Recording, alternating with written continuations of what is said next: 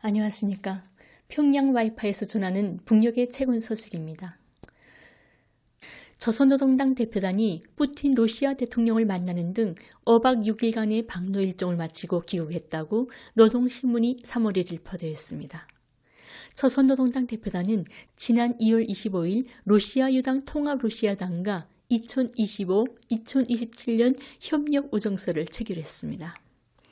이날 통합러시아당 중앙집행위원회 본부에서 열린 회담에서 야코세프 러시아 연방평의회 제1부의장이자 통합러시아당 청이사회 비서와 리희영 조선노동당 중앙위원회 비서가 우정서에 서명했습니다.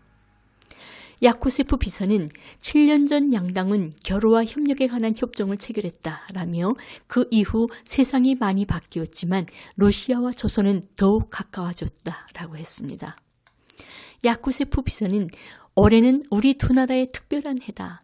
러시아는 제2차 세계대전 승리 80주년을 기념하고 조선은 일본 군국주의로부터 해방한 지 80주년을 맞이한다. 나는 이날들에 대한 기억을 보존하는 것이 중요하다고 생각한다. 라고 강조했습니다. 야코세프 비서는 우리는 조선에 대한 불법적이고 일방적인 제재 부과를 규탄한다. 붕괴된 유로 대서양 안보체계 대신 평등하고 분리할 수 없는 안보체계가 형성되어야 한다라고 주장했습니다. 조선노동당 대표단은 2월 27일 크렘린궁에서 푸틴 러시아 대통령을 만났습니다.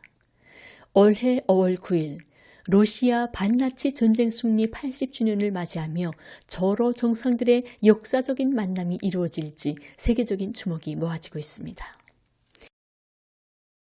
토지개혁에 관한 법령 발표 79주년을 맞아 5일 사설을 발표했습니다. 토지개혁 법령은 김일성 주석이 1946년 3월 5일 발표한 것으로 정부가 지주들이 가진 토지를 거둬들여 국민들에게 무상 분배한 것입니다. 노동신문은 2024년에 전년도보다 수십만 톤의 알곡을 더 생산해 목표를 107%로 서가 달성했다고 밝혔습니다. 북은 밀농사를 확대해 곡물 생산 구조를 전면적으로 바꾸고 있습니다. 쌀 옥수수 구조에서 쌀 밀 구조로 곡물 생산 구조를 바꾸려는 목적은 식생활 문화를 쌀밥과 밀가루 음식 위주로 바꾸기 위해서라고 합니다. 아무래도 옥수수보다는 밀이 여러 가공식품을 만들기에 유리하기 때문으로 보입니다.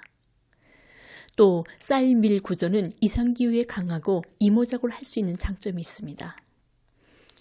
2024년 전역에서 밀 재배 면적이 전년도 대비 수만 정보 늘었으며 정보당 수확량이 6톤 이상인 농장도 140여 개나 된다고 합니다.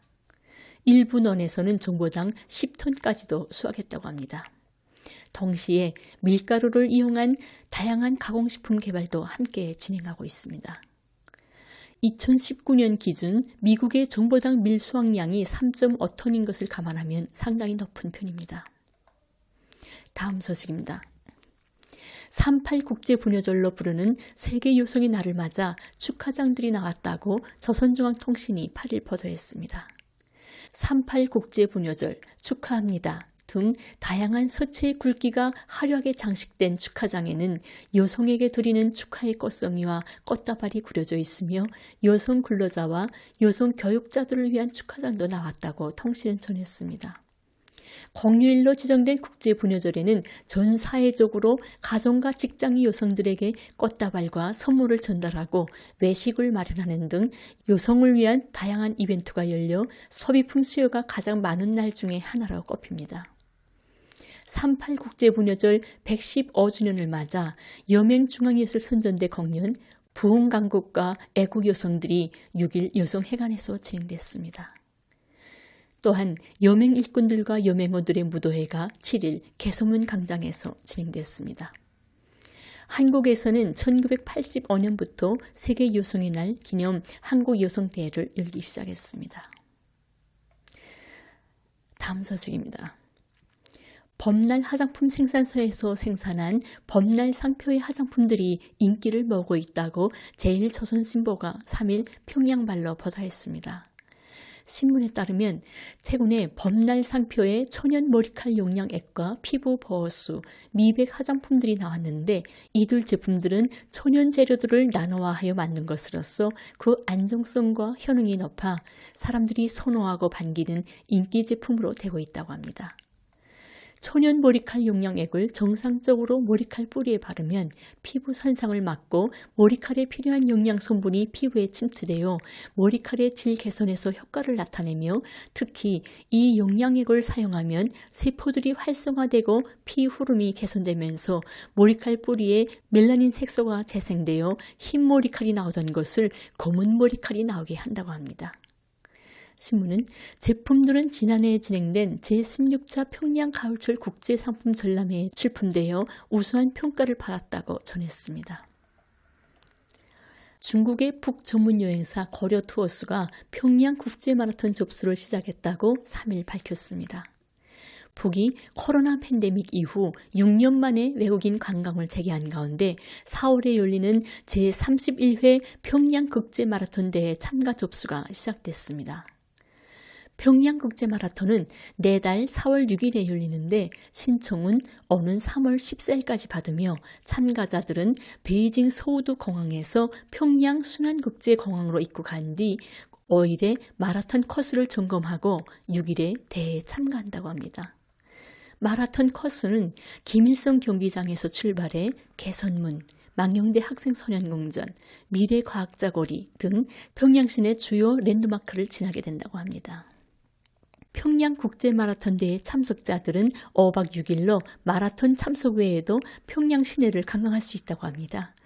관광 일정으로는 문수물놀이장, 옥류관, 주체사상탑, 김일성 광장 등 평양 시내 곳곳을 둘러볼 수 있는데요. 코로나 이후 완공돼 외국인들이 방문한 적 없던 평양 화성거리와 강동 스마트팜 온실농장 등 새로운 명소도 일정에 포함되어 있다고 합니다.